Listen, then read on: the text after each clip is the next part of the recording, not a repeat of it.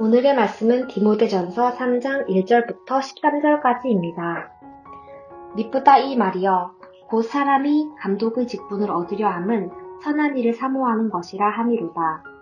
그러므로 감독은 책망할 것이 없으며 한 아내의 남편이 되며 절제하며 신중하며 단정하며 나그네를 대접하며 가르치기를 잘하며 술을 즐기지 아니하며 구타하지 아니하며 오직 관용하며 다투지 아니하며 돈을 사랑하지 아니하며 자기 집을 잘 다스려 자녀들로 모든 공손함으로 복종하게 하는 자라야 할지며 사람이 자기 집을 다스릴 줄 알지 못하면 어찌 하나님의 교회를 돌보리요. 새로 입교한 자도 말지니 교만하여져서 마귀를 정죄하는 그 정죄에 빠질까 하미요. 또한 외인에게서도 선한 증거를 얻은 자라야 할지니 비방과 마귀의 올무에 빠질까 염려하라. 이와 같이 집사들도 정중하고 일구이언을 하지 아니하고 술에 임박하지 아니하고 더러운 일을 탐하지 아니하고 깨끗한 양심에 믿음의 비밀을 가진 자라야 할지니 이에 이 사람들을 먼저 시험하여 보고 그 후에 책망할 것이 없으면 집사의 직분을 맡게 할 것이요. 여자들도 이와 같이 정숙하고 모함하지 아니하며 절제하며 모든 일에 충성된 자라야 할지니라. 집사들은 한 아내의 남편이 되어 자녀와 자기 집을 잘 다스리는 자일지니 집사의 직분을 잘한 자들은 아름다운 지위와 그리스도 예수 안에 있는 믿음의 큰 담력을 얻느니라. 아멘.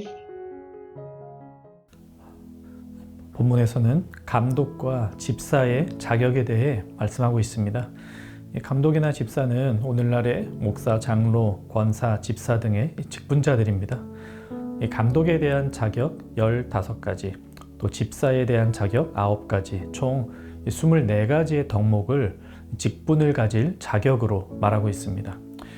이 직분이라는 것이 교회를 섬기기 위해 하나님께서 주시는 것이기 때문에 오늘은 특정 직분을 받기 위한 자격으로 이 본문을 제한하지 않고 교회를 섬기기 위한 자격으로 생각하며 이 말씀을 나누도록 하겠습니다. 이 24가지의 자격은 우리의 말과 행동, 사고와 습관, 삶의 방향과 목적이 바를 것을 요구합니다. 이 본문에 나오는 24가지 덕목을 다 충족시키는 그런 분 혹시 계실까요? 그러기도 힘들겠지만 설령 이러한 덕목들이 다 갖추어졌다고 해서 교회를 섬길 수 있는 모든 자격이 있다, 이렇게 생각할 수도 없습니다. 사람들 앞에서는 위에 나온 덕목들을 기가 막히게 잘 포장해서 보여주는 그런 사람 있을 수 있습니다. 그러나 사람들의 인정이 곧 하나님의 인정은 아닙니다. 교회 내에 중요한 자리를 차지하기 위해서, 또 내가 하고 싶은 일을 하기 위해서, 또 사람들에게 인정을 받기 위해서 자기 자신을 포장하여 마치 내가 이런 사람인 것처럼 타인을 속일 수 있습니다. 그러니 이러한 덕목들이 갖추어졌다고 해서 교회를 섬길 수 있는 모든 조건이 충족되었다, 이렇게 볼 수는 없겠죠. 신학자 아우구스티누스는 1절을 주석하면서 만일 당신이 얻고자 하는 것이 참된 일이라면 좋은 행실에 마음을 두십시오. 하지만 당신이 구하는 것이 이름뿐이라면 악한 행실을 가지고서도 그 자리에 오를 수는 있습니다. 하지만 심판이 있을 것입니다, 라고 말했습니다. 이 본문에 나오는 덕목들은 신앙을 계량화한 것이라 할 수 있습니다. 눈에 보이지도 않고 판단할 수도 없는 신앙의 모습을 우리가 보고 판단할 수 있는 기준들을 가져와서 이 객관적인 크기를 재보려 하는 것이죠. 이 계량화된 신앙의 모습만으로 교회를 섬길 자격을 부여하기는 조금 곤란합니다. 그럼 이제 좀 다른 얘기를 해볼까요? 본문에 나오는 24가지 덕목이 완전하지 않은데도, 이런 것들을 다 갖추지 못했는데도 교회 내에서 어떤 직분을 맡고 있거나 또 부서에서 중요한 일을 수행하고 있는 그런 분들 혹시 계십니까? 사실은 우리가 다 그렇죠. 이러한 자격이 미비하다고 해서 교회를 섬길 수 없다고 말할 수 없습니다. 물론 이런 자질들을 갖추려고 노력을 해야 하고 이런 좋은 덕목들의 열매를 맺기 위해 성령 안에서 기도해야 합니다. 하지만 이런 부분에서 완전하기 때문에 교회를 섬기는 것은 아니다 라고 하는 사실은 분명히 해야 합니다. 하나님은 완전한 사람들만이 교회를 섬기도록 하시는 게 아니라 이러한 사람이 되어 가도록 우리를 인도해 주십니다. 이 자격을 갖추면 봉사를 시작하는 게 아니라 봉사하면서 하나님의 인도하심을 받아 자격을 갖추어 나가게 됩니다. 가장 바람직하기로는 교회에서 봉사를 오래 하면 할수록 이런 덕목들을 잘 갖추어 나가는 모습을 보여준다면 제일 좋겠죠. 이 드러나는 덕목들에 집중해서 이런 덕목들이 있어야 교회를 섬길 수 있다고 하는 생각은 신앙의 계량화라고 할 수 있고요. 눈에 보이는 것, 남들이 객관적으로 평가할 수 있는 부분들을 중시하는 태도입니다.